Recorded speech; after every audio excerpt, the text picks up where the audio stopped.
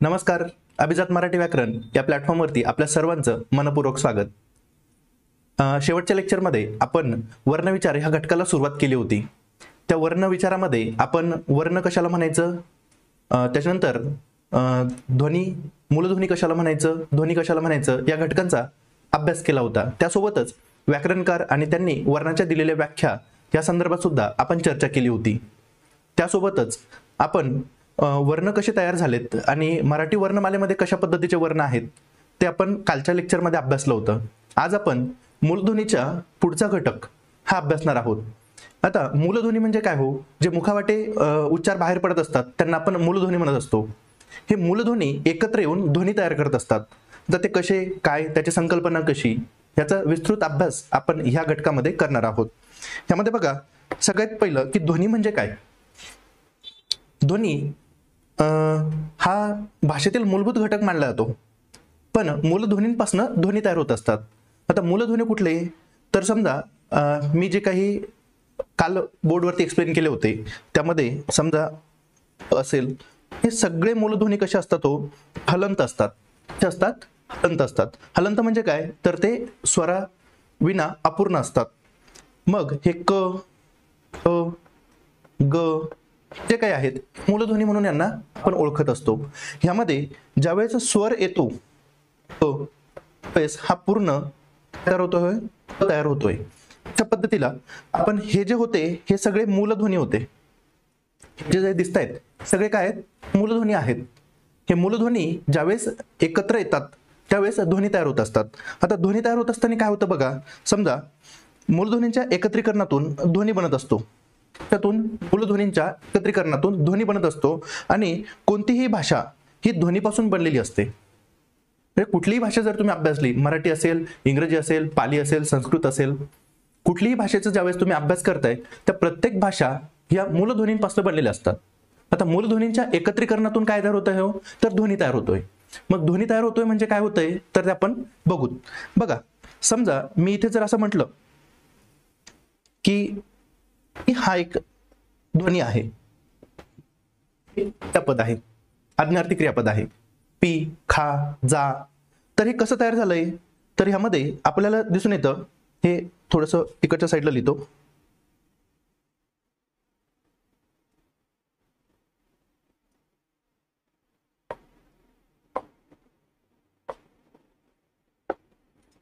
अशा पद्धतीने तयार होतंय.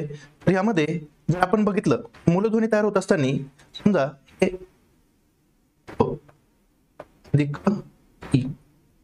तयार होतोय, हे जे काय पी तयार झालंय हे काय झालं हो, क्रियापद तयार झालंय. हे क्रियापद कसं, हे क्रियापदाला आपण ह्याच शब्दाला आपण ध्वनी म्हणतोय ध्वनी. ते काय, प आणि ई, हलंत प आणि ई यापासून पी हा घटक बनलाय. पण हलंत प आणि ई हे मूलध्वनी आहेत, यांचं आणखी विभाजन करता येत नाही. मग जे मूलध्वनी आहेत त्या मूलध्वनींच्या एकत्रीकरणातून ध्वनी तयार होत आहेत. ही सोपी संकल्पना आहे बघा, की मूलध्वनींच्या एकत्रीकरणातून ध्वनी तयार होत असतात. तसंच बघा, पुढचं उदाहरण जर बघायचं झालं, समजा हे आ तयार होतं याचं आ, अशा पद्धतीने. आता हे जे ख आणि आ आहे आपण काय म्हणतो, याला म्हणतो मूलध्वनी. आणि हा जो खा तयार झालाय याला म्हणतो आपण ध्वनी. आपण मागच्या व्याख्येमध्ये काय बघितलं, तर ज्यावेळेस कुठल्याही भाषेमध्ये ध्वनी ही मूलभूत संकल्पना असते. मग मूलभूत संकल्पनेमध्ये मूलध्वनींच्या एकत्रीकरणातून काय बनत असतं हो, मूलध्वनींच्या एकत्रीकरणातून आपल्याला ध्वनी तयार झालेले दिसून येतं. ती भाषा ध्वनीपासून तयार झालेली असते, म्हणून भाषा ही ध्वन्यात्मक असते. कशी असते, ध्वन्यात्मक असते असं म्हटलं जातं. म्हणजे भाषा ध्वन्यात्मक असणं म्हणजे काय हो, समजा कोणतीही भाषा आपण अभ्यासत असेल त्यामध्ये आपल्याला वेगवेगळे ध्वनी असल्याचं दिसून येतं.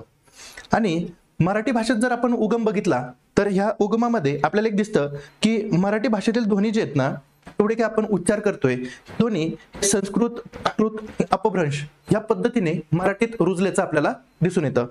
आता यामध्ये आपण जी लिपी स्वीकारली बघा, लिपी स्वीकारत असताना आपण संस्कृत भाषेच्या लिपीला प्राधान्य दिलं. ते आपण समोर बघणार आहोत की संस्कृत कुठली, प्राकृत कुठली, अपभ्रंश कुठलं, या घटक आपण बघणारच आहोत. आता समजा एखादा मराठीचा जर अभ्यास करायचा झाला तर या अभ्यासामध्ये आपल्याला एक घटक खूप निदर्शनास येतो की मराठीमध्ये संस्कृत शब्दांचा बराच बीडमार झालेला आहे. मग त्यातले काही जसेच्या तसे, ज्याला आपण तत्सम म्हणतो, किंवा मग परिवर्तित, अपभ्रंश झालेले, अशा पद्धतीचे शब्द आपल्याला मराठीत संस्कृतमधून आल्याचं दिसून येतं. म्हणजे आपली भाषा, मराठी भाषा जी तयार झालेली आहे ही संस्कृत, प्राकृत ही अपभ्रंश, ही घटकांचे अपभ्रंश होऊन भाषा आपल्या मराठीमध्ये आल्याचं आपल्याला दिसून येतं. तर ह्यामध्ये सगळ्यात महत्त्वाचं म्हणजे अपभ्रंश म्हणजे काय आणि प्राकृत म्हणजे काय. आता अपभ्रंश म्हणजे कुठले, तर जे संस्कृत शब्द जसेच्या तसे मराठीत न येता त्याचं रूपांतर थोडंसं रूपांतर होऊन किंवा त्यामध्ये बदल घडून त्यातमध्ये अपभ्रंश होऊन, त्याला आपण सोप्या भाषेत बदल होऊन असं म्हणतोय. अपभ्रंश होऊन जे काही घटक मराठीमध्ये आले त्याला आपण काय म्हणत असतो, तर अपभ्रंशित शब्द म्हणत असतो. आता शब्द संस्कृतमधून मराठीत येताना होणारा बदल तेच काय, अपभ्रंश आहे. समजा ग्रह हा हिंदी, ग्रह हा संस्कृत शब्द आहे, तोच मराठीत येताना काय झाला हो, तर घर तयार झाला.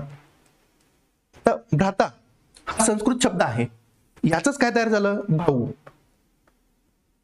असे अपभ्रंश झालेले शब्द मराठीत असल्याचं आपल्याला दिसून येतं. आणि यांचा उगम कुठला हो, तर याचा उगम हा संस्कृतमधून आल्याचा आपल्याला दिसून येतो.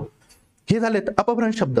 तर नंतर प्राकृत म्हणजे कोणते, 12व्या शतकापर्यंत, 12व्या शतकादरम्यान जी भाषा बोलली किंवा लिहिली जात होते त्याला प्राकृत भाषा म्हटलं जातं. त्यानंतर 17व्या शतकाच्या दरम्यान त्याचं रूपांतर मोडीमध्ये झालं.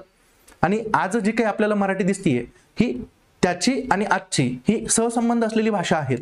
म्हणजे जी काही प्राकृत भाषा किंवा प्राकृत मराठी आहे ती आणि आजची मराठी यामध्ये बदल होत होत गेलेत. भाषा ही प्रवाही असते असं म्हटलं जातं बघा, म्हणजे नदीच्या प्रवाहासारखी असते. म्हणजे सातत्याने त्याच्यात बदल होत जात असतात. म्हणजे एकेकाळीचे जे काही शब्द आहेत ते बाजूला सारतात, त्यांची जागा नवीन शब्द घेतात किंवा त्यांच्या उच्चारांमध्ये बदल झाल्याचं आपल्याला दिसून येतं. तर ही प्राकृत भाषाच म्हणजे आजची कुठली झाली, ही मराठी तयार झाली आहे, त्याच्यामध्ये फक्त बदल होत गेलेत. तर उदाहरणार्थ यामध्ये प्राकृतमध्ये मोडी लिपी येते, प्राकृतचा एक उपघटक म्हणून त्याला बघितलं जातं. 12व्या शतकापर्यंत जी वापरल्या जाणारी भाषा जी होती त्याला आपण प्राकृत भाषा म्हणत असतो. त्यानंतर बघा की ज्यावेळेस आपण लिहितोय, काहीतरी कोरून ठेवतोय, त्याला आपण लिपी म्हणतो. पण लिपीची नेमकी परीक्षेच्या दृष्टीने महत्वाची व्याख्या काय किंवा मग संकल्पना काय हे आपण बघूत. लिप ह्या संस्कृत शब्दापासून लिपी हा शब्द तयार झाल्याचं आपल्याला दिसून येतं. कुठल्या शब्दापासून, लिप या शब्दापासून. लिप म्हणजे काय हो, लिपणे, लिहिणे, माखणे म्हणजे काय, लिहून काढणे, माखणे, किंवा त्याला आपण लिपणे असं म्हणतो. ह्या घटकाचाच अर्थ काय होतोय, लिप. मग लिप पासनं लिपी हा शब्द तयार झाल्याचं आपल्याला दिसून येतं. वर्ण ज्या पद्धतीने लिहिता जातात, ज्या पद्धतीने वर्ण लिहिले जातात त्या पद्धतीला लिपी असं म्हणतो. म्हणजे आता कुठल्याही भाषेमध्ये जे काही प्रचलित भाषा, जेवढ्या काही प्रचलित भाषा असतील त्या भाषांच्या विशिष्ट लिपी आहेत. त्या लिपींमध्ये जेव्हा लिहिलं जातंय, कोरलं जातंय त्यावेळेस आपण त्याला लिपी म्हणतोय. लिपी म्हणजे लेखन पद्धत होय. लेखन पद्धत म्हणजे काय हो, प्रत्येक भाषेची लिपी ही विशिष्ट पद्धतीने लिहिली जाते. आपण आता देवनागरी लिपी आपण मराठीसाठी वापरतो, पण त्याच्या लिहिण्याची पद्धती आहेत त्या आपण समोर, त्याचे वैशिष्ट्य कशा पद्धतीने लिहिली जाते ते अभ्यासणार आहोतच.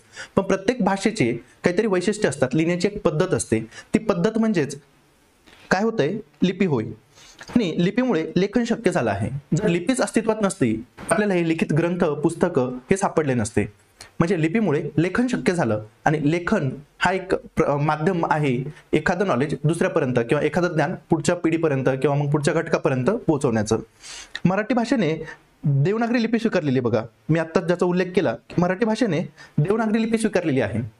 आता देवनागरी काय असते, कशी असते, कशी लिहिली जाते. आता आपण साधारणतः स्वतः आपण जेव्हा अभ्यास करतोय, मराठीचा अभ्यास करणारे सगळेच देवनागरीमध्ये अभ्यास करताय.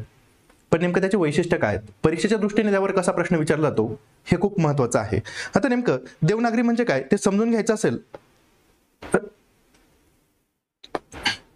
बघा, देवनागरी लिपी म्हणजे काय, त्याचं देवनागरी हे एक शब्द आहे बघा. देवनागरी, देव म्हणजे कोण हो, आर्य लोकांना देव मानलं जायचं.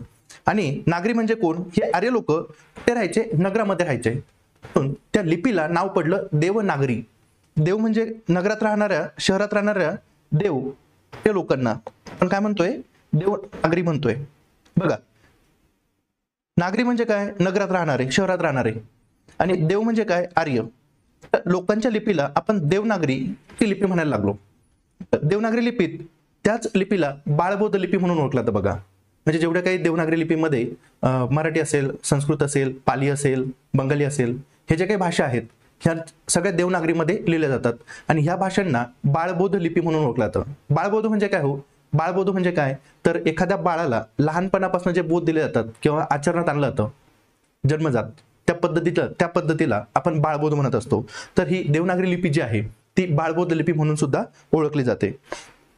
त्यात देवनागरी लिपीचे वैशिष्ट्य कुठले कुठले आहेत? तर सगळ्यात महत्वाचं म्हणजे देवनागरी लिपी लिहिणाऱ्याच्या डावीकडून उजवीकडे, जे इकडून इकडे लिहिली जाते. बघा, या दिशेला डावीकडून उजवीकडे.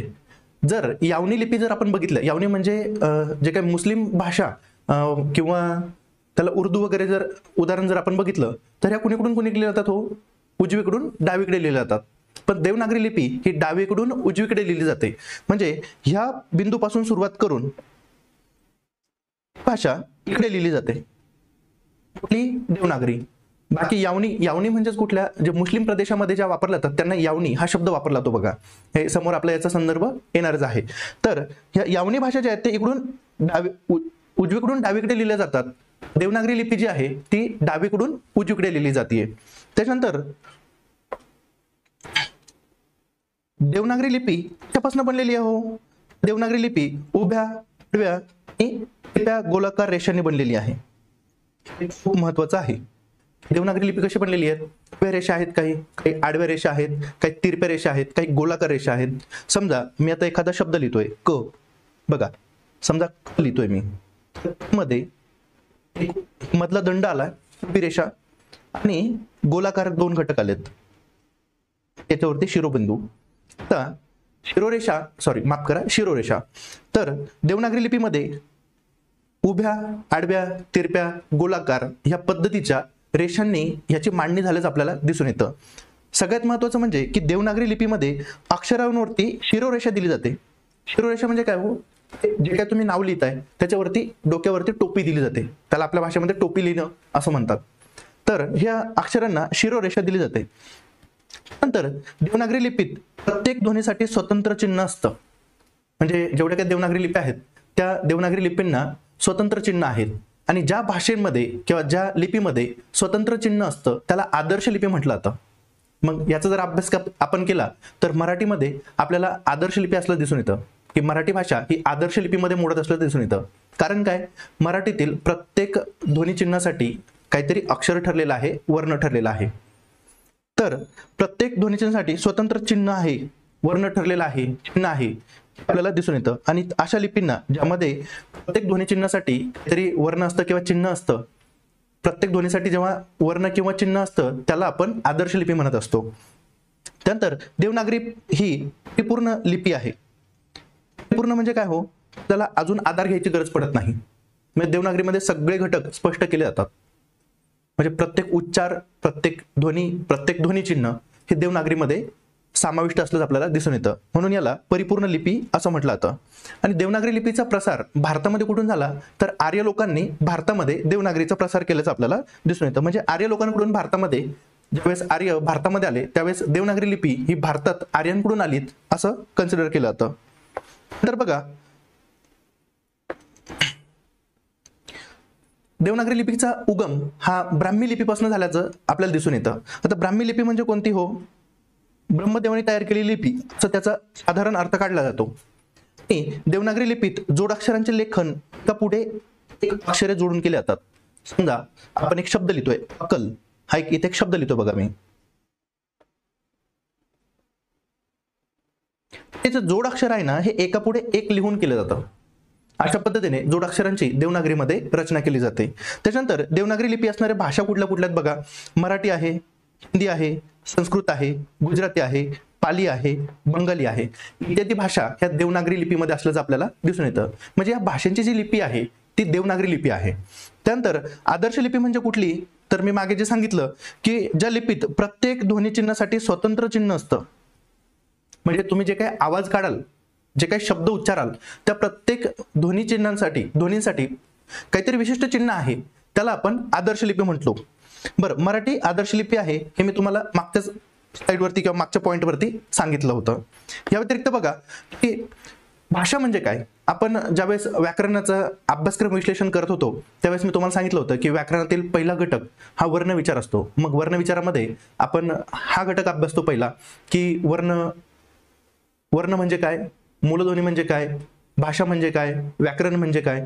तर हे घटक आपण अभ्यासतोय. त्यातला हाच एक घटक आहे बघा की भाषा म्हणजे नेमकं काय. तर भाषा हा शब्द संस्कृत भाष ह्या धातूपासून बनलेला आहे बघा.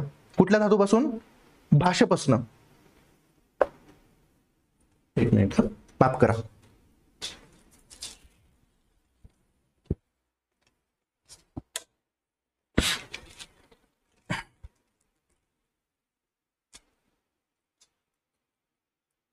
भाषा हा शब्द जो आहे तो संस्कृत भाष या धातूपासून बनलेला असल्याचं आपल्याला दिसून येतं. मग संस्कृत भाष या शब्दांपासून काय तयार झालंय, तर भाषा हा शब्द तयार झालेला आहे. मग संस्कृत धातू म्हणजे काय, क्रियापद. संस्कृत क्रियापद काय, भाषा म्हणजे काय, बोलणे किंवा मग बोलण्याचा व्यवहार करणे, याला आपण भाषा असं म्हणतो. बरं, आपल्या मनात भाषेची व्याख्या काय करायचं, तर आपल्या मनातील विचार, अनुभव, भावना, कल्पना व्यक्त करण्याचं साधन म्हणजे भाषा असतं. आता भाषेचा आपण प्रकार बघणार आहोत समोर. त्याच्या आधी की भाषा म्हणजे काय हो, की बरेच लोकांमध्ये किंवा बऱ्याच ठिकाणी मुलांमध्ये वगैरे कोडिंग लँग्वेज असते बघा. त्यांचं काय बोलणं चाललंय आपल्याला कळत नाही. हाच प्रकार काय, तर ती त्यांची भाषा झाली. पण त्यांची एकमेकांची, त्यामुळे भावना व्यक्त होत असतील आणि एका व्यक्तीचं म्हणणं दुसऱ्या व्यक्तीला पटत असेल किंवा त्याच्यापर्यंत त्या भावना पोहोचत असेल, त्याला त्याचं म्हणणं कळत असेल, तर त्याला आपण भाषा म्हणत असतो. म्हणजे भाषा कुठल्याही माध्यमाची असू शकते. म्हणजे कल्पना, एखाद्या व्यक्तीच्या डोक्यातील कल्पना दुसऱ्याच्या व्यक्तीपर्यंत पोहोचणं, त्याच्यासाठी जे काही माध्यम लागत असतं त्याला आपण भाषा म्हणत असतो. मग एखादे विचार असतील, अनुभव असतील किंवा मग भावना असेल, कल्पना असेल, ह्या एका व्यक्तीपासून दुसऱ्या व्यक्तीपर्यंत जेव्हा पोहोचताय किंवा एका घटकापासून दुसऱ्या घटकापर्यंत पोहोचताय, त्याला आपण भाषा म्हणत असतो. बरं, मानवी मुखातून निघालेले लयबद्ध ध्वनी संहिता, एक शब्द खूप महत्वाचा आहे बघा. लयबद्ध ध्वनी संहिता, आपण असं काहीतरी उगाच बडबड करतो काय, नाही, तर त्यामध्ये काहीतरी अर्थपूर्ण असतं. म्हणजे लयबद्ध ध्वनी संहिता, संहिता म्हणजे काय हो, कोडिंग. तर ती समोरच्या व्यक्तीला कळत असते, ज्याला ती भाषा अवगत आहे त्याला ती कोडिंग कळत असते. संहिता म्हणजे तेच की कोडिंग. त्या कोडिंगलाच किंवा त्या संहितेला आपण भाषा असं म्हणत असतो बघा. विचार व्यक्त करण्याचं, भावना व्यक्त करण्याचं किंवा मग माहिती आदान प्रदान करण्याचं साधन म्हणून भाषेला आपण तर ओळखतोच. पण एक लयबद्ध कोडिंग असेल, संहिता असेल, त्याला सुद्धा आपण भाषा म्हणत असतो. जसं आपण कम्प्युटरची पण एक भाषा असे ओळखतो बघा. कारण काय, त्यामध्ये पण कोडिंग आहेत. म्हणजे भाषा म्हणजे काय, तर लयबद्ध, मानवी मुखातून निघालेले लयबद्ध ध्वनी संहिता, त्याला सुद्धा आपण भाषा म्हणत असतो. त्यानंतर समाज व्यवहारात विचारांची देवाणघेवाण ध्वन्यात्मक साधन म्हणजेच काय हो, भाषा आहे. दैनंदिन व्यवहारामध्ये जे काही आपण विचारांची देवाणघेवाण करण्यासाठी काहीतरी ध्वनी वापरतो. समजा भाषेचं जर उदाहरण द्यायचं झालं, तुम्ही नुसतं एखाद्याला असं जरी केलं तर त्याला कळतं की आपल्याला बोलवलं जातंय. हे सुद्धा भाषेचं एक वैशिष्ट्य आहे बघा. म्हणजे ध्वन्यात्मक व्यवहार आहे. म्हणजे व्यवहारामध्ये हे ध्वन्यात्मक जे काही घटक आहेत हे माहिती आदान प्रदान करण्यासाठी वापरलं जातंय, त्याला आपण भाषा असं म्हणतोय. त्यानंतर भाषेत सगळ्यात महत्वाचं काय असतं, भाषेमध्ये बोलणं महत्वाचं आहे. बरं, लिपी ही नंतर आली, पण आधी काय आलं, बोलणे आलं. म्हणून भाषेमध्ये बोलणं हे महत्वाचं असतं. आणि बोलण्यामध्ये काय असतं हो, एक लयबद्धता असते, एक कोडिंग असतं, एक ध्वनी संहिता असते, किंवा भाषेच्या माध्यमातून आपण विचार आदान प्रदान करत असतो, भावना आदान प्रदान करत असतो, किंवा मग एखादी संकल्पना आदान प्रदान करत असतो, त्याला आपण काय म्हणत असतो, भाषा म्हणत असतो. तर बघा, भाषेचे काही प्रकार पडतात. काही नैसर्गिक भाषा आहेत, काही कृत्रिम भाषा आहेत, काही प्रमाण भाषा आहेत आणि काही पारंपरिक किंवा मग ज्याला आपण बोली भाषा असं म्हणत असतो. बरं, मध्ये जर आपण एक गोष्ट लक्षात घेतली तर नैसर्गिक भाषा म्हणजे कुठल्या हो, ज्यात निसर्गात तयार झालेल्या आहेत. समजा प्राणी वगैरे असतील, त्यांच्यामध्ये सुद्धा संभाषण होत असेल, त्यांच्यामध्ये पण किलबिलाट होत असेल पक्ष्यांमध्ये, सियांमध्ये गर्जन होत असतील, तर ह्या सगळ्या हे त्यांच्या भाषा झाल्या. बरं, हे आपल्याला कळतात का? नाही. मग ह्या सगळ्या ज्या काही भाषा आहेत प्राण्यांच्या किंवा मग मानव व्यतिरिक्त जेवढ्या काही बऱ्याच प्राण्यांच्या ज्या भाषा आहेत, ह्या कुठल्या भाषा आहेत? तर ह्या नैसर्गिक भाषा आहेत. बरं, कृत्रिम भाषा कुठल्या? ज्या मानवाने तयार केल्या आहेत. काही विशिष्ट परिसरामध्ये आपल्या महाराष्ट्रामध्ये मराठी मोठ्या प्रमाणात बोललं जातं, गुजरातमध्ये गुजराती बोललं जातं, पंजाबमध्ये पंजाबी बोललं जात आहे. म्हणजे ह्या तिथल्या लोकांनी तयार केलेल्या विशिष्ट भाषा आहेत. आणि या भाषेला कृत्रिम भाषेमध्ये एक महत्त्वाचं वैशिष्ट्य दिसून येतं बघा, की एखाद्या कृतीसाठी किंवा एखाद्या घटकासाठी विशिष्ट शब्दरचना किंवा मग कोड किंवा मग त्याला आपण संहिता ठरवलेली असते. समजा इकडे ए असा एक शब्द जर मी उच्चारत असेल, तर तो दुसऱ्या भाषेमध्ये काहीतरी वेगळ्या पद्धतीने उच्चारला जाणार आहे. इंग्लिशमध्ये त्याला कम हिअर असं उच्चारलं जाणार आहे. म्हणजे दोन्हींमधील भाषेंमधील वाक्यरचना किंवा शब्दरचना ही वेगळी, पण त्यातली भावना किंवा अर्थ हे सारखे असल्याच आपल्याला दिसून येतं.